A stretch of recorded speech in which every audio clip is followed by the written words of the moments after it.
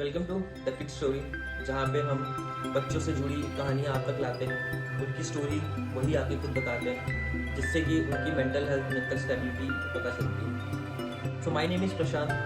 तो joining us Nilesh Sharma, जो कि एक रिसेंट ग्रेजुएट है, और जो उनकी जर्नी रही है फ्रॉम स्कूल टू ग्रेजुएशन, वो काफ़ी इस टाइप की रही है कि वो सिर्फ बुक्स में ही लगे रहते थे। सो उन्होंने ये इफ़ेक्ट भी बताया कि इससे उनका उनमें जो चेंजेस आए हैं और वो कैसे खुल के नहीं जी पाए अपनी लाइफ को, उन्होंने आज की स्टोरी में बताया। तो चलिए आज की स्टोरी सुनते हैं नीलेश शर्मा के साथ।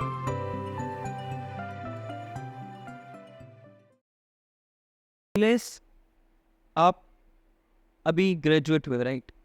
सो मुझे आपकी स्कूल की जर्नी जाननी है कि आपकी स्कूल की जर्नी कैसी थी। हाँ, तो basically thank you so much Prashant भाई, ये अपना एक्सपीरियंस शेयर करने के लिए, एज ए अपनी पूरी जर्नी बताने के लिए मुझे। तो बेसिकली स्कूल में अगर मैं बताऊँ कि स्कूल की लाइफ अच्छी थी, उस टाइम इतना प्रेशर ये सब नहीं था। लेकिन बचपन में जब मैं छोटा था तब शुरुआत से ही हमेशा पढ़ाई में अच्छा था, मार्क्स अच्छे थे, तो उस टाइम इतना कुछ था नहीं। तो बचपन से अच्छे मार्क्स मिलते थे और बेसिकली गवर्नमेंट स्कूल में से मैं पढ़ाई की है, तो वहाँ पे थोड़े बहुत मार्क्स मिल भी जाते थे। उतना फेल का ऐसा नहीं था कि 8 तक पास कर देंगे, और मार्क्स उसमें अच्छे थे। बट एक टर्निंग पॉइंट 9th स्टैंडर्ड में आया मेरा। मैं बचपन में मुझे मतलब मैं एक आर्टिस्ट भी हूँ, मतलब मैं नेशनल भी गया हूँ मैं ड्राइंग से। तो उस टाइम 9th स्टैंडर्ड में क्या हुआ कि एक सर थे, उन्होंने मुझे पहचाना कि ऐसे ड्राइंग अच्छा करता है, नेशनल लोग जा सकते हैं। तो एक कला उत्सव करके एक पूरा कंपटीशन था जो गवर्नमेंट ने उस टाइम ही इनोग्रेट किया था, उसको स्टार्टअप चालू किया था। तो उसमें हमारा ऐसा सिलेक्शन हुआ। तो उसमें एटलीस्ट 3-4 महीने देने थे पूरी प्रिपरेशन के लिए, हम दिल्ली तक जा सके। ऐसा सारे डिस्ट्रिक्ट लेवल, दमन से डिस्ट्रिक्ट लेवल ऐसे करके जा। तो उसमें क्या हुआ कि मैंने अपनी स्टडी से फोकस नहीं कर पा रहा था, मैं क्लास भी अटेंड नहीं कर पा रहा था। तो उस टाइम एक टर्निंग पॉइंट आया, क्योंकि 9th से फिर फेल करना स्टार्ट करते हैं, तो किसी को ऐसे पास नहीं करते। तो उसमें एक इंसिडेंट ऐसा हुआ। तो वहाँ पे ना एक चीज़ हुई मेरे साथ कि जो एक्स्ट्रा करिकुलर एक्टिविटी होती है, उनको जो टीचर होते हैं वो सपोर्ट नहीं करते। अगर कोई टीचर है तो वो इसी की बात करेगा कि हमें सिर्फ पढ़ाई पे फोकस करना है, मार्क्स अच्छे होने चाहिए। बट बहुत सारी एक्स्ट्रा करिकुलर एक्टिविटी होती है जिस पे वो लोग फोकस नहीं करते, और वो बहुत इंपॉर्टेंट होता है। क्योंकि अगर मेरे को कोई मेंटल प्रेशर आ रहा है, तो मैं मुझे अगर अपना मेंटल प्रेशर ख़त्म करना है, तो मैं वो चीज़ करूँगा जो मुझे अच्छी लगती है। और अगर मैं ऐसी कुछ मेरे पास ऐसी कोई चीज़ ही नहीं है कि जो मुझे अच्छी लगती है, मैं करना चाहता हूँ, तो मेरा मेंटल प्रेशर नहीं रहेगा और मैं प्रेशर में रहूँगा, या फिर मैं अपनी बात किसी को बता नहीं पाऊँगा। सो स्कूल में मतलब कोई ऐसा मोमेंट आया जिसमें आपको बहुत ज़्यादा प्रेशर फील हुआ? 10th स्टैंडर्ड में तो मैं वो नेशनल गया, वो उसके बाद मैंने वो आके ड्राइंग की। उसके बाद जब मेरे मार्क्स ख़राब हुए, तो 10th का उस टाइम एक बहुत प्रेशर होता है। अगर हम 10th का बोर्ड झेल लेते हैं ना, तो 11th-12th का बोर्ड हमें कुछ नहीं लगता। बट 10th का जो सबसे पहला बोर्ड होता है ना, जब हम वहाँ पे सुनते हैं तो पुलिस वाले बाहर खड़े रहते हैं, एग्ज़ाम बहुत हार्ड होता है, तुम थोड़ा भी इधर देखोगे तुम्हें निकाल देंगे, फेल कर देंगे।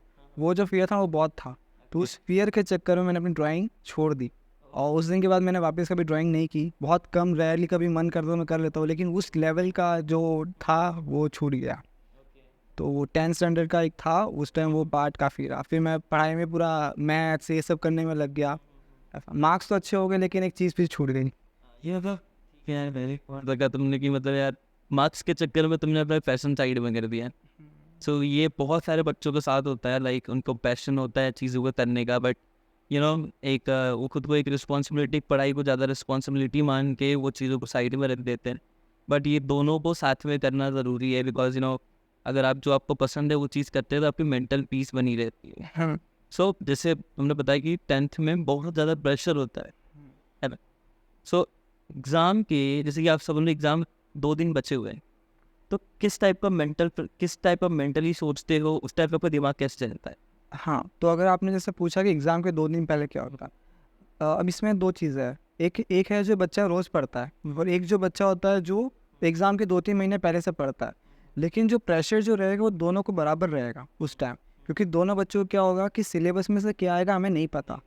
अगर मैं आपको बताऊँ कि मैंने फर्स्ट से लेकर 9th स्टैंडर्ड जो पढ़ा ना, वो हमको देता था रिवीजन, और क्वेश्चन आंसर होने चाहिए लाइन टू लाइन, जो डाइजेस्ट में लिखे वही आपको लिखना है। और मेरे बचपन से मेरी आदत है कि मेरे को कभी क्वेश्चन आंसर याद होते ही नहीं है ऐसा।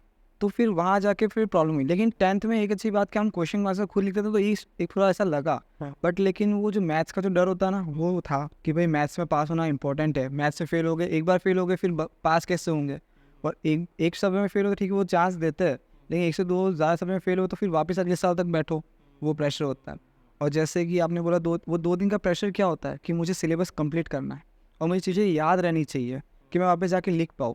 और हम उस टाइम कितना भी पढ़ते हैं ना, जब तक हम पेपर लिख के बाहर नहीं आते तो हमारा एक्सपीरियंस वही रहता है, वो प्रेशर में रहते हैं हम कि भाई पेपर अच्छा जाएगा नहीं जाएगा। और लिखने के बाद भी लगता है कि मैंने वो लिखा, वो उसको समझ में आएगा कि नहीं आएगा, सही लिखा कि नहीं लिखा, वो मार्क्स देगा कि नहीं देगा, कितने मार्क्स आए, फेल ना हो बस मैं।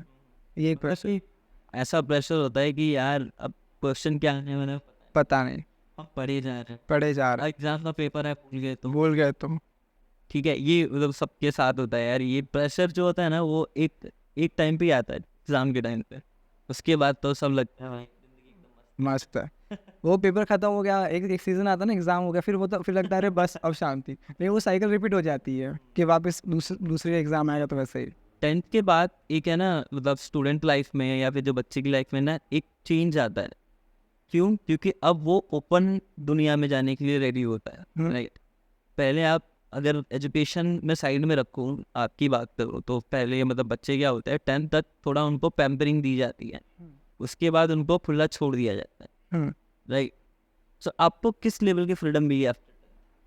आफ्टर 10th अगर मैं आपको बताऊँ तो मैं 9th में मार्क्स ख़राब आए, तो मेरा मैथ्स अच्छा नहीं था इतना। मेरा मैथ्स थोड़ा 10th में जाके अच्छा हुआ, तो मेरे को एक क्वेश्चन आया कि मैं कॉमर्स लूँ कि साइंस लूँ। मैं यहाँ पे फंस गया, क्योंकि अगर जब मैं 10th से पास होकर आया तो अभी तो साइंस मेरे लिए ईजी हो गया कि मैंने कर लिया। लेकिन जब मैं एंट्री ले रहा था ना, तब लोगों ने डराया कि फिजिक्स होता है, मैथ्स तो हो जाता है, फिजिक्स नहीं होता, फिजिक्स में फेल होते हैं। केमिस्ट्री है तो बोलते केमिस्ट्री इजी होता है, लेकिन ऑर्गेनिक केमिस्ट्री आपको ख़त्म कर देगा, आप याद ही नहीं कर पाओगे। वो सब टेंशन था। तो वहाँ पे मेरे सर है, मयूर सर, उन्होंने सपोर्ट दिखाया। उन्होंने बोला तू ले ले, तू 11 तू 6 महीने पढ़ ले 11, तेरे से हो तो करना, नहीं हो तो 6 महीने बाद तू छोड़ देना, तेरे को कहीं और जाना कुछ करना तो कर ले, लेकिन तू एक स्टेप ले कि तू ट्राई तो कर, जैसे होगा नहीं होगा ऐसा। तो वहाँ पे एक चीज़ अच्छी लगी कि सर ने ऐसा बोला, तो मैंने साइंस ले लिया। फिर थोड़ा थोड़ा पढ़ा, 11th में थोड़ा पढ़ा, तो 11th थोड़ा हार्ड होता है, 12th थोड़ा ईजी होता है। तो वहाँ पे फिर धीरे चीज़ें आई। लेकिन हाँ, एकदम वो जो ऐसा होता है ना पेस में कि हम 10th से उठे तो 11th चेंज हो गया, क्योंकि 10th में ना चीज़ें ईजी होती है, लेकिन 11th साइंस में आते हैं चीज़ें हार्ड होती है। तो एक टॉपिक एक चैप्टर बन जाता है, एक टॉपिक एक चैप्टर बन जाता है। और अभी जैसे मैं 9th में मतलब 10th में अगर मैं 90% ला रहा हूँ और मैं उसी हिसाब से अगर पढ़ूंगा ना, तो मेरे 12th में ना 80 या 75% बनेंगे। वो 15% का गैप आएगा, तो मुझे मेहनत भी थोड़ी ज़्यादा करनी पड़ती है कि अगर मुझे वही 90% को करना है कि मेरे वो 90% आए उसके लिए। मतलब ये जो साइंस लेने का जो डिसीजन था वो आपका खुद का? हाँ, खुद का था, ऐसा पूछ के कि क्या है, तो मैंने फिर एक स्टेप ऐसा ले लिया। अच्छा, मतलब गाइडेंस के बाद तुमने सोचा कि yes my decision is correct और मैंने साइंस ले लिया। ठीक है, साइंस तो ले लिया, ठीक है। जैसे साइंस टफ भी है एज कम्पेयर टू कॉमर्स और दूसरे सब्जेक्ट्स की बात करें। सो उस टाइम पे कैसा है कि देखो 11th-12th में कैसा होता है ना कि हमारा ड्रास्टिक चेंज आता है सब्जेक्ट्स में, स्टडीज़ के अगर पॉइंट ऑफ व्यू। तो उस टाइम पे आपका फैमिली सपोर्ट कैसा था? अगर आपने बोला मुझे साइंस लेना है, तो आपकी फैमिली ने कैसे सपोर्ट? अब ऐसा है कि मम्मी पापा ऐसे पढ़े लिखे तो हैं, बट मम्मी 9 तक पढ़े और पापा 12 तक पढ़े कॉमर्स, लेकिन 12th उन्होंने फिर बीच में छोड़ दिया। फिर वो उस टाइम कंडीशन ऐसी थी ना कि उनको काम करने जाना पड़ा, तो पापा बहुत कम उम्र में, मतलब 14-15 साल में वो यहाँ पे आ गए थे मुंबई, मतलब दादा के साथ काम करने में। तो उनका हो रहा, लेकिन पापा मम्मी ने सोचा कि हमारा जो बच्चा है वो पढ़े, क्योंकि ऐसा है उनका मानना होता है कि पढ़ाई से उनकी लाइफ थोड़ी ईजी हो जाती है। बट ये पूरा सच नहीं है ऐसा पढ़ाई से, क्योंकि आखिर में एट द एंड जाके हमें कोई ना कोई काम करना है, तो शायद ओवरऑल ग्रोथ होना इम्पोर्टेंट है। मतलब सपोर्ट था पूरा? सपोर्ट था। पूरा हाँ, उन्होंने बोला कि तू कर सकता है, तेरे को लगता है, तेरे को जो लगता है तू वो कर, ऐसा कोई बात नहीं, ठीक है तो ट्राई करना है कर, कोई बात नहीं। ये सबसे अच्छी चीज़ यही होती है कि अगर आप कोई डिसीजन ले रहे हैं तो आपकी पूरी फैमिली आपके डिसीजन को रिस्पेक्ट करे, क्योंकि आपने कोई डिसीजन लिया तो ऑब्वियसली सोच समझते होगी, एडवाइस लेनी इज़ इम्पॉर्टेंट। बट कैसा होता है कि अब हम खुद के डिसीजन अगर हम नहीं लेंगे ना, तो फिर हम ब्लेम गेम खेलने लगते हैं। हाँ, आफ्टर सम टाइम आपके कहने पे मैंने ये कर दिया, आपके कहने पे मैंने ये कर दिया, जो भी होगा तुम्हारा होगा, सक्सेस तुम्हारा होगा, और अगर तुम हारते भी हो तो फेलियर भी तुम्हारा हो, हम्म, करेक्ट? तो ठीक है, 11-12 हो गया, हम्म, ठीक है, उसमें भी मेंटल प्रेशर होगा ही, मतलब ऐसा लगता होगा कि यार बहुत बहुत गलत कर दिया। हाँ अच्छा मेंटल प्रेशर था। वहाँ पे ऐसा लगा कि यार मैंने साइंस लेके गलत किया। 11th में लगा जब पहला एग्ज़ाम हुआ, क्योंकि 10th का एग्ज़ाम निकल गया, अच्छे मार्क्स आ गए, वो एडमिशन भी हो गया, लेकिन हम जो सार्वजनिक स्कूल में पढ़ते हैं हाँ, वहाँ अगर हम आंसर अगर अच्छा लिख भी रहे तो भी वो मार्क्स नहीं देते थे, वो मार्क्स कम देते, वो फेल करते थे ऐसा। तो वहाँ पे मैंने सोचा कि मैं 10th पढ़ के आया हूँ, अच्छे मार्क्स लाए, और ये लोग मुझे यहाँ पे खाली 44% दे रहे। मैंने कहा कहाँ 80% का? तो वहाँ पे एक चीज़ लगा, मैंने लिया कि नहीं लिया, सही किया कि नहीं किया। लेकिन फिर 11th निकला, फिर 12th में चीज़ें थोड़ी आसान हो गई और थोड़ा चीज़ें समझ में आई। लेकिन हाँ, जब बोर्ड का एग्ज़ाम आता है तो वो पहली बार जब 10th का एग्ज़ाम दिया था बोर्ड का, वो बहुत प्रेशर था कि पुलिस वाला एग्ज़ाम होता है। लेकिन जब दूसरा एग्ज़ाम दिया बोर्ड का तो वो नॉर्मल एग्ज़ाम जैसा लगा, थोड़ा हाँ ऐसा लगा कि इसमें फ़ेल नहीं होना है, क्योंकि फेल हो गए तो फिर आपका साल वेस्ट होगा। उसमें भी मैथ्स केमिस्ट्री का पेपर था, थोड़ा अलग आ गया था। वो सबको लगा एमसीक्यू में अच्छे मार्क्स आ जाएंगे, बट वो केमिस्ट्री में अगर किसी ने 25 मैक्स मार्क्स आए होंगे 50 में से। ओके, मतलब प्रेशर कंटिन्यूसली था प्रेशर कंटिन्यूस था। और डिसीजन फिर ऐसा लगा भाई कहीं मैंने गलत डिसीजन तो नहीं लिया, हाँ, आगे पास हो पाऊंगा। पास हो पाऊंगा कि नहीं ऐसा। ठीक है, ये मतलब 2-3 चेंजेस आती है स्टूडेंट की लाइन। एक तो 10th के बाद, सबसे बड़ा चेंज आता है 12th के बाद। हम्म, 12th के बाद आपको फुल फ्रीडम मिल जाता है, हम्म, आप कॉलेज जाते हो, कॉलेज लाइफ एंजॉय करते हो, 4 साल के लिए आप बुक हो जाते हो, एक ही जगह आपको 4 साल में रहना है, और वहाँ से आपका करियर जो होता है वो शेप दिया जाता है हम्म, कॉलेज में, क्योंकि 12th तक हमको पता नहीं रहता हम किस डायरेक्शन में जाने वाले हैं। सो जो एक फ्रीडम मिलती है, freedom of honour, what I can say, like कि आपको खुद को इतनी फ्रीडम है कि आप कहीं भी जा सकते हैं, आपको ज़्यादा पूछने की जरूरत नहीं होती, आपके पेरेंट्स जब रोक टोक कम कर देते हैं, हम्म, तो उस टाइम पे बच्चे क्या होता है, कोई निखर जाते हैं, कोई बिखर जाते हैं। हम्म। सो वो फ्रीडम को आपने कैसे यूटिलाइज किया? हाँ, तो यहाँ पे अगर मैं आपको बताऊँ कि 12th के बाद ना मेरे सबसे बड़ा कन्फ्यूजन आया फील्ड में कौन सी जाऊँ। अब जैसे साइंस ले लिया तो अब इसमें अभी क्या होता था कि या तो आप साइंस लेते बाहर से तो आप डॉक्टर बनते हैं या आप इंजीनियर बनते हैं। अब इंजीनियरिंग की कौन सी फील्ड में जाए, 12th पास करने के बाद क्वेश्चन है कि कौन सी फील्ड में जाए, कुछ आइडिया नहीं। और उस टाइम अचानक कोविड आ गया, तो कोविड आ गया तो मेरे को समझ में नहीं आया, तो हम लोग ऐसे मतलब मम्मी भी सब डर गए थे और गाँव में भी सब चिंता कर रहे थे, तो हम लोग गाँव चले गए 3-4 महीने के लिए। वहाँ पे मैं राजस्थान में जाके एडमिशन का सब ट्राई किया, बट काफ़ी हाई फीसेस थी उनकी, तो वहाँ पे हम लोग इतना अफोर्ड भी नहीं कर पाते कि इतनी फ़ीस है। या फिर मैंने बेंगलोर में भी कॉलेज में पूछा तो बहुत उस टाइम हाई फीस थी। तो वहाँ पे फिर क्या हुआ कि मेरे को लगा कि अभी है ना बीएससी कर लेते हैं। मैंने कहा कुछ नहीं, मैं टीचर बन जाऊँगा। फिर मैंने वही मयूर सर को कॉल पे पूछा, मैंने कहा कि सर साइंटिस्ट बन सकते हैं ना बीएससी लेके भी? सर अच्छा ही होता है, जरूरी थोड़ा इंजीनियरिंग ही करना है ऐसा। तो सर ने बोला हाँ कर सकते, लेकिन मेहनत ज़्यादा होगी, फिर ये सब वो सब होगा, फिर तुझे एमएससी ये सब करना ही पड़ेगा।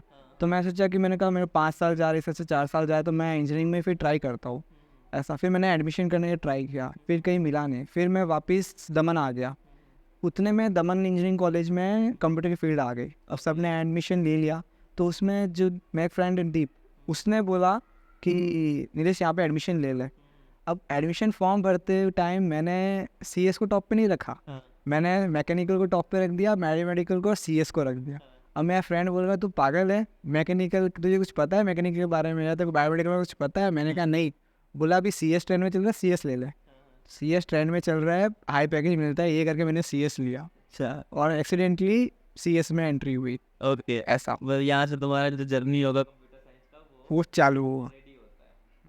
राइट। सो एक चीज़ ये थी, मतलब तुमने बताया कि तुम्हारा जो डिसीजन था, जो भी तुम्हारा वो चीज़ें थी, वो तुमने मतलब कैसे मैनेज की। सो सीएस लेने का जो डिसीजन था वो ऑब्वियसली वो एक इन्फ्लुएंस था कि दोस्तों ने बोला, लोगों ने बोला कि भाई सीएस ट्रेंडिंग में ले लो। ले लो। तो क्या वो सही डिसीजन था?